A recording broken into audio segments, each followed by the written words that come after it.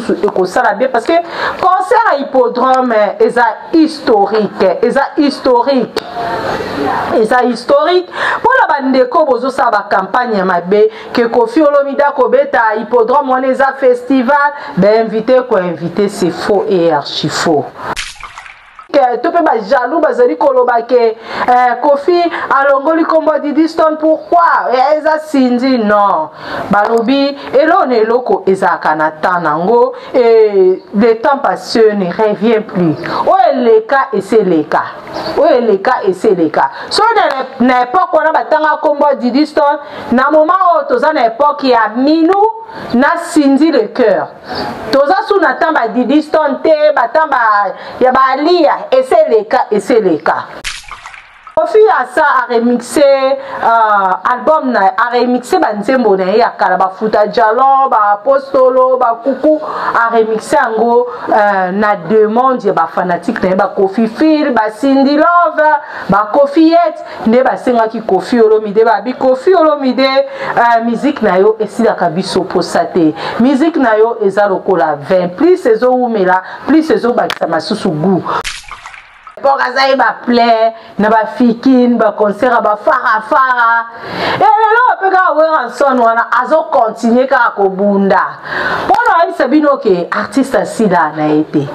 artiste all ba artiste na sila artiste sila ka te misa sila te parce que musicien ndenga zawana ata lelo so succès zate ba œuvre na yeto ko yoka yango toujours.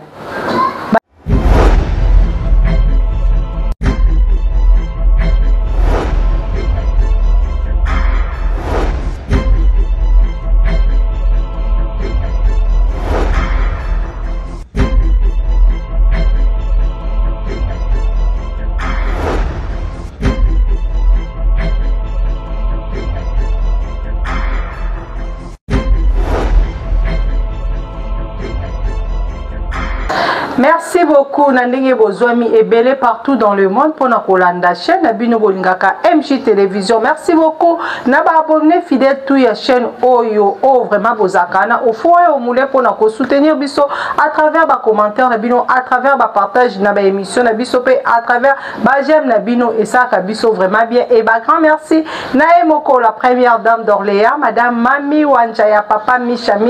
Merci infiniment na King et Ganda au Azali Sima ya caméra et merci beaucoup Nabino nyonso bolinganga Sylvie Bahati pourquoi pas na bandeko nanga nyonso auto saka na bango na MJ Télévision jour J-4 pour na JB Piana papa chéri concert na il y a théâtre du gymnase ezali le 10 mai oyo samedi le 10 mai JB Piana a se produit na théâtre du gymnase na Paris concert à JB Piana papa chéri neti te ba wenge man bozola la trop bozola la trop à l'époque ton jiba betaka JB Piana papa chéri betaka ba Zénith ton betaka ba Olympia ton betaka na ba salon minene ba Madeleine ba Élysée Montmartre tout le monde a combat na wenge babande kozala mobiliser sensibiliser vraiment pour nous soutenir oh ya bango JB Piana papa chéri motopamba mais le lot ozo comprendre souté ba fanatique wana o ba soutenir ka JB na ba concert ya Zénith na ba concert à Olympia ba kenda wapi boza wapi na éviter ce okoma ba Gaulois ceux qui bokoma ba Warrior ceux qui pe bolandi na bino les quadras Koraman Koffi Olomide bokobi ba Koffiette Koffi Fil Blazoe Bakakate parce que JB Piana concert etikali 4 jours tout train à 4 jours pour que JB Piana abetana et dans théâtre du gymnase mais jusque là ba billet nanu était kamité oui bolo bananga que salwana eza ce ko contenir 800 places to boité to bona ki mikolele ka ki to be ba moi uti le ka Didier Lacoste abeta ki kuna to mona comment batu bazaki ya kotanga JB Piana tozo senga vraiment na senga ba wengeman tout ba fanatique tout ya papa chéri en tout cas boso ba billet na bino pona concert oyo parce que concert ya lelo ezaka soutendege ezaka kala musicien il faut yemba il faut bina lelo eza sous bongote lelo ato bina ko yemba te il suffit kaka osala play et sili ba lobanini ke o réussir concert na yo ba félicitations bandi bandi ko kubisa yo ba fanatique ba comme kocha makelele. En tout cas JB Mpiana papa chéri concert na yo vraiment to ligi au CPD ça ba fanatique na yo JB Mpiana papa chéri CPD ça ba fanatique na yo to ebi ke uti ko passer vraiment ba moment douloureux ba liwe ya sege liwe bande ko mususu wana mais concert oyo et raté lisusu te to boyo concert ezala annulé parce que eko décourager ba fanatique parce que à chaque fois ce concert à musicien songolo ils ont annulé et ça annulé ils ont découragé ba fanatique prochainement ceux qui musiciens au bio beta concert na yo au moins batu ba kozala lisusu te ndenge kaka na message ko c'est nous que 2025 oyo ba concert eza ebele ba concert otozo ebate nani ndako battre record ba concert eza ebele déjà côté ya Héritier Watanabe le 24 mai na Dôme de Paris Héritier Watanabe na ba spiritas na ba bi ba ko buka Dôme de Paris est-ce que c'est solo point d'interrogation parce que tonton promo ay ba billet zote kamate ba de comme souvent bazar à Paris ba kene ko sa ba investigation par rapport ya vente ya ba billet ya concert ya Héritier Watanabe ba bi en tout cas ba billet mawa trop Héritier azo risqué acha ba rideau akanga ba rideau pour que ba sale za la vide concert ango neti te donc ezoyeba na te concert Héritier ndenge nini mais côté affaire egola Jésus de Niance oye pas à la concert na le 7 juin na ING Arena en tout cas vente ya ba billet eza impeccable parce que ba billet eza koteka mana ndenge ya jeté coup de chapeau na affaire egola Jésus de Niance et puis coup de chapeau na ba golo tout vraiment bola kisi vraiment solo ke boya ka mobondo et puis merci beaucoup aussi na Kofi Olomide le quadra Koraman o azali ko soutenir faire egola o azali moko ya quartier latin bolo banga Sylvie Bahati faire aza produit ya maison ya wenge aza mwana ya maison mère aza mwana ya wenge ceci cela faire egola ye moko apesa témoignage ye moko loba ke na wenge aebaka vraiment ko respecter ba note musicale te mais tangu ayaki pembeni ya Kofi Olomide nde aebaki eloko ba bengi note musicale ayebaki vraiment ko respecter yango coup chapeau na papa Hervé parce que oza mobali ya solo ba billet ezali côté kama tozozela le 7 juin ba golo boya mobondo pe ING Arena wana e bana ko bukana boyende ezalaka mwana botosi amérita toujours boye ba fleur parce que affaire rigolo ya moment oyo azana soutien ya Kofi Olomide azana soutien ya Weranson tandis que ba artiste mususu oyo bango bazeba improductif bazé belé ba vanji kuna na poto batloko ba flamme kapaya batloko la ba lobe sotiga malgo ka viena tigre bozala musala bino ka ko critiquer Weranson bino me bo ala poto ba salezebe bon beta pété bon beta ta Élysée Moma Élysée théâtre du gymnase né Didier Lacoste beta qui a esala 800 personnes malgré bangando ba melaki bino me bo mekana ko cha musapi na mozido bino bozala ka pona ko juger ko critiquer ko loba n'importe quoi o wera sala na musique lobe so flamme kapaya boko tikala ka jamais ko sala ngo parce que depuis bolongwa maison mère bokenda jusqu'à là bozoko keloko moko te Bill Clinton au moyen azobunda la tozomona Didier Lacoste pe pareil tozomona pe moi ba bilembo pe abeti pe na salle boko songolo mais bino bosala elo mote boande bona ba selo scram bovadi kuna na poto bozana ka ba mise mo bokena kobeta na banganda musana bino kokene kaka ba bino ko mo ba kobeta ba bisika mo boye ezanga mutuna makolo babi tonzima mutu na époque na ye bolo bakena wera eta na ese sida parce que wera beta ka ba Zénith abeta ka ba double Zénith wana abeta ka ba Olympia abeta ka ba abeta be Bercy Kingegan wera bande ko bolimbi si parce que ça fait longtemps des années botala kaka donc Weranson à l'époque azaï ba play na ba fikin ba concert ba fara et là peut ka Weranson wana azo continuer ka ko bunda bona abi sabino ke artiste sida na été artiste oh ba artiste ana sila artiste sila kate misa sila ate parce que musicien nenga zawana ata lelo so succès zate ba œuvre na ye to ko yoka yango toujours ba œuvre na yo to yoka ngo musique ne to kende oke boîte moko boye oke ngana mo bo vandi okoyoka ngo oke fête mo boye o sutra pe na mystique a fourmi ba tshelo pe nzembo mo ya kala ya we ranson ba tshelo pe nzembo mo ya kala ya jibe piana pour vous dire que musicien si la kate donc musicien si la tazakana toujours même sur a koufi ba œuvre na esalani elobaka toujours na place na ye ba œuvre na ye to continue toujours koyoka ngo 2025 eza koinda 2025 eza matata 2025 eza opesi mbwa boy 2025 eza koinda le 19 juillet 2025 à partir de 17h Koffi Olomide le quadra Koraman ako indisa ba Koffi fil Koffiette en tout cas bobongama déjà parce que bosombi babia en tout cas merci Nabine et puis félicitations pour bosombi babia bobongama déjà pour un concert oyo vraiment dress code nango ezali blanc donc blanc donc hippodrome de Vincent Munoz ko yala ta pembe et ko sala bien parce que pembe to ebi ezali couleur moko ya pureté donc pembe vraiment ko ça bien aux appelle elamba pembe te okoyepe ko latano elamba couleur mususu et ko sala bien parce que concert à hippodrome eza historique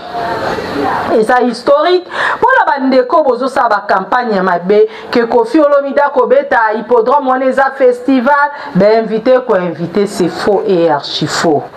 je crois hippodrome wana Koffi akobeta na hippodrome de Vincennes na Paris akozala ye moko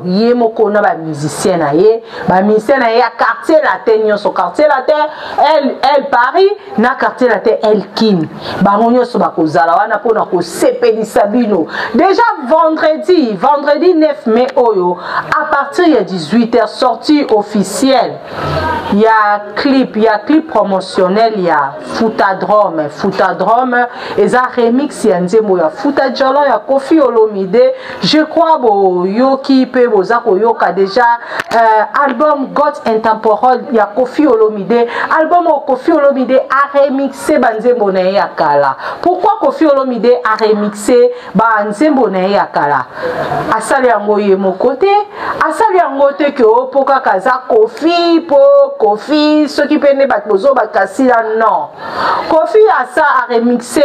album na a remixé banzembo na ya kala ba Foutadjalo ba Apostolo ba Kuku a remixé yango na demande ya ba fanatique na ba Koffi Fil ba Cindy Love ba Koffiette ne ba senga ki Koffi Olomide ba bi Koffi Olomide musique na yo esila kabiso posate musique na yo eza lokola 20 plus ezo umela plus ezo bakisa masusu goût to ebi biso nyonso 22 za kaboye ba kosa ngo ba seke on ba année 80 20 ba sena année 80 soko meliango lelo na 2025 on de tozali oyoka ke 20 wana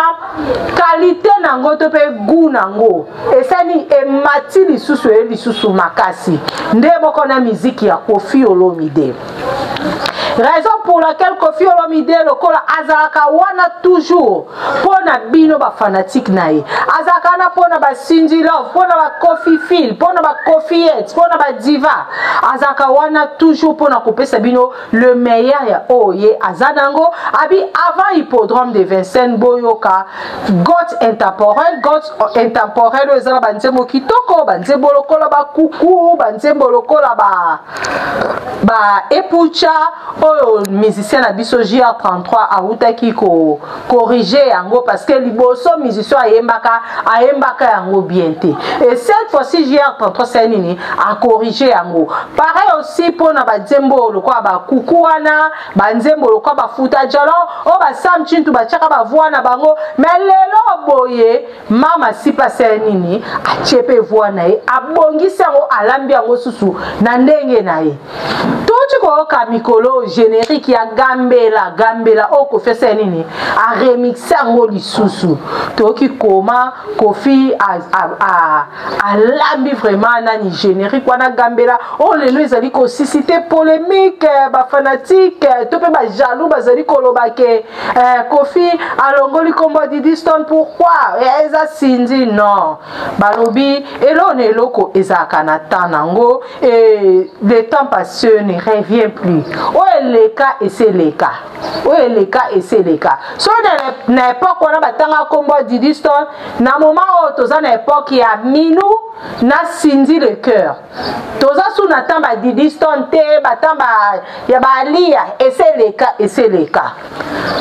donc God intemporel ezali pona kola musabino eza pona kola kisabino ndenge nini avant goût ya hippodrome de Vincennes ndeni ni kozala parce que hippodrome de Vincennes bato ko ba miselo ko ba soleil wanga ba kozala wana ba musicien lo ba Willy Bula ba kozala wana ba musicien lokola baza ebele ba bisinga be Eric Tuti a uti kozonga na quartier latin Eric Tuti azongi quartier latin parce que pas a besoin à mon hippodrome naza danger naza soi-disant artiste numéro 1 papa c'est le moment oso sila ozo kanatoza sous actualité te oela biso actualité ba mituka actualité ba kovo sans impact c'est le moment yango oza numéro ya Kofi Olomide c'est le moment obenga Kofi Olomide pour que osa nini oko oebisa akotsa kombo na hippodrome de Vincennes parce que si oko suki sa musique na yo po yo ozolandanga omi yebi yo moko uta na quartier la terre lelo koma komi mona lelo koma na ba Z boye omi yebi que musique na yo eza ya tamuke la preuve année oza sou na succès te la preuve année tozo yo ka osusu te ba concert ngo ezobeta ba héritier bazobeta ba concert ba faire Kofi pe concert ne yango na le 19 juillet yo sikoyo okobeta wapi ozobeta lisusu te luko créer ba base et simbite c'est le moment yo bongisa na Kofi Olomide c'est le moment je exemple ba héritier Watanabe azaka toujours obéissant envers Weranson envers Jubin Piana tozo ki kota Ferregola pareil yepé toujours azaka obéissant envers Weranson azapé sous reconnaissant Ferregola envers Kofi Olomide mais yo et pas na yo obéissance ezate yo et pas ina yo reconnaissance ezate oso sili o Kofi asala musique à Congo yo tika ko sala ngote parce que soki lelo za lelo ozawana soki lelo zozwa pe courage pe ya ko mema ba mise na poto yo abeta pe libanda mboka et ça grâce à Kofi Olomide. Alors, pourquoi pas ne pas soutenir le concert au hippodrome de Vincennes? Parce que le concert au hippodrome de Vincennes, ils ont rapport à quartier la TP, ils ont rapport à Kofi Olomide, ils ont Cindy le cœur, ils ont rapport à Kofi Etsite, Kofi Phil, Topé Cindy Lofte. Concert au hippodrome de Vincennes est allé Congolais Nyonso. Concert au hippodrome de Vincennes est allé musicien Nyonso. On a Congolais, on a les bandes Mboko, on a Amérique, Europe, Océanie, Asie, on a pays d'Afrique. C'est le moment de soutenir Kofi Olomide. Na concerne le hippodrome de Vincennes. Parce qu'après hippodrome de Vincennes le 19 juillet, ministère congolais m'a soutenu à hippodrome de Vincennes. Basala qui ba campagne ma bébé aliko ko ba ko sa ba campagne ma bébé pour que hippodrome de Vincennes ezalate concert ezalannulé mais nzambe tellement aza juste à lobby concert hippodrome de Vincennes et kozala pe eza déjà je crois bozo mona déjà comment Kofi Olomide a sali ba chanson promotionnelle pour un concert au hippodrome de Vincennes bozu pe album na bino God intemporel album oyo ezawana vraiment pona kola musabino pona kola kisabino comment hippodrome de Vincennes koleka comment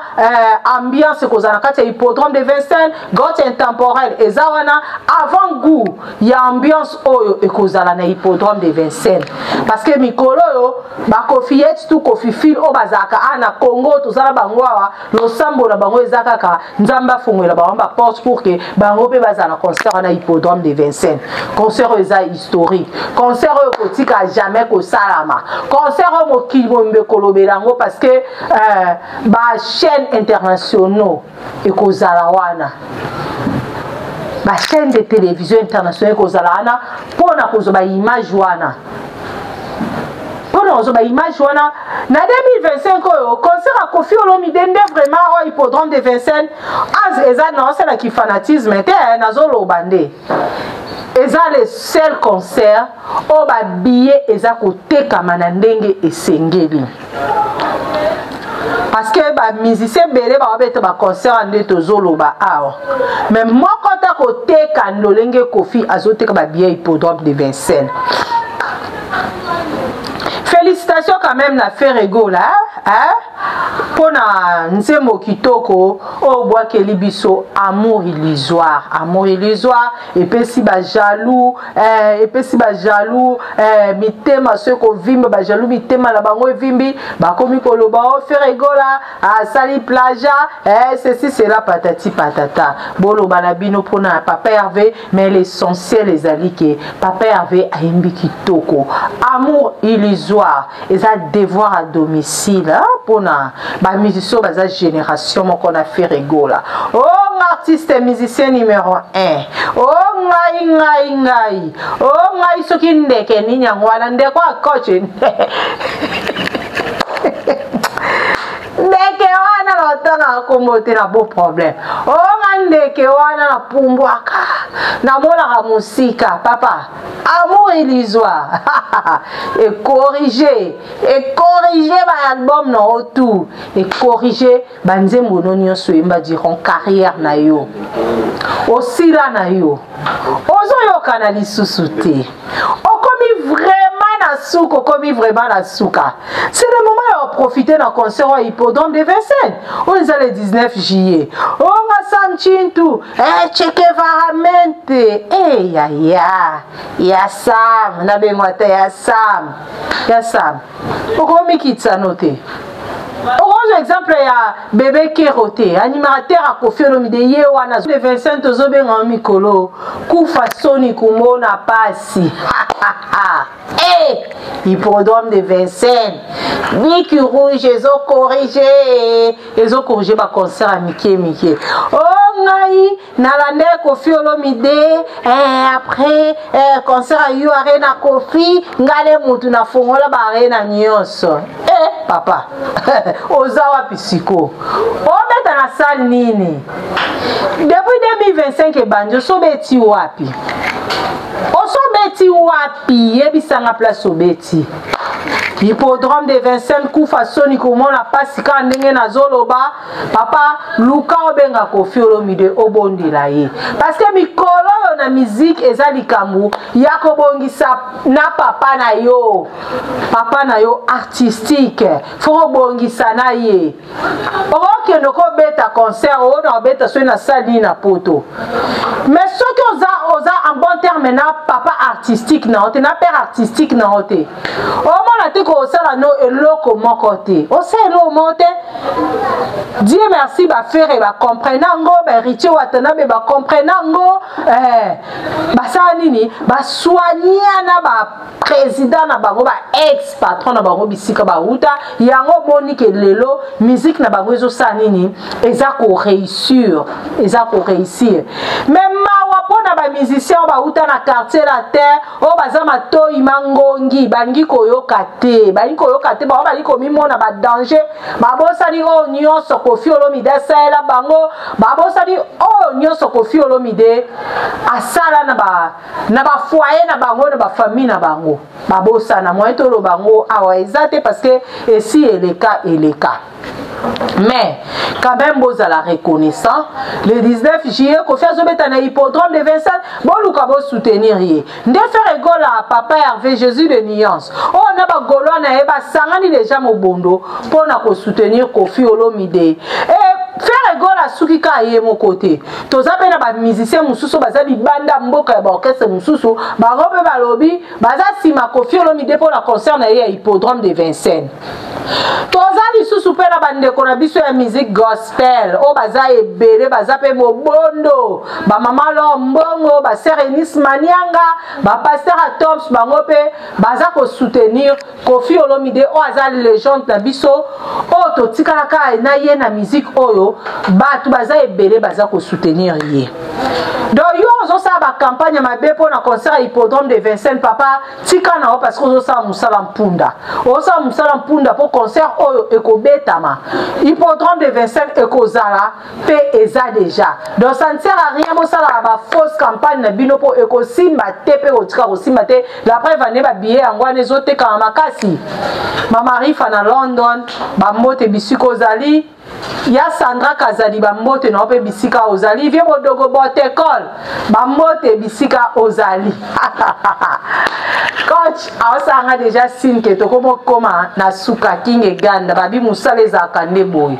toza na MJ télévision mami wanja et ali kamwa jalousie te monteur sa musana kitoko journaliste sa musana kitoko caméraman sa musana kitoko parce que to sala boy pour la yemoko la première dame d'Orléans non seulement ka pona mami wanja mais aussi pona bandeko balanda biso so na loto bito bebisa musala to négligé pour nazoki problème na Sylvie Bahati nazoki problème na Junior Mobutu nazoki problème na King Ganda tope na monteur na biso sikakoni ne na Yasmi bomo na teke tozo chane mami wanja na pasi tozala uni parce que rado ezala ngona tina mote to somba na mutema munene ya cameraman na biso King Ganda doyo zape ya mutema munene ya supporta na e voilà tout le la souka d'abord retenir que jour J-4 pour un concert il y a JB Piana papa chéri mais jusque là ba billet nanu était kami vraiment et le 24 mai oyo héritier Watanabe a se produire na Dôme de Paris et Ferrego la Jésus de Nuance le 7 juin à cause à la ING Arena ouais en son si tout va bien à kokis ko se produire pena Adidas Arena na Mikolo Salikoya et Karma pas le Karma Love et pe na Mikolo Koya je crois na mois de septembre à cause se produire na ING Arena ba concert est belé na 2025 to soutenir ba missionnaire so ba ko se produire na 2025 oyo mais beaucoup de soutien belé vraiment et pas yemoko Koffi Olomide le grand mopao o azali na concert historique le 19 juillet na hippodrome de Vincennes to kombina suka émission na biso to pe analyse na biso merci na bino nyoso bolanda ki émission oyo merci beaucoup na mama Karine Eganda o apesaki biso espace oyo pona ko présenter émission na biso oyo to pe analyse na biso merci na la première dame d'Orléans madame Mami Wanja papa Misha merci beaucoup na équipe technique mobimba MJ télévision King Eganda ba merci na yo merci na l'homme à la taille S merci vraiment pour na encouragement na yo papa et ça la vraiment bien pour na les loto suki awana bino et to kutani prochainement pour na nouveau numéro ya émission na biso bye bye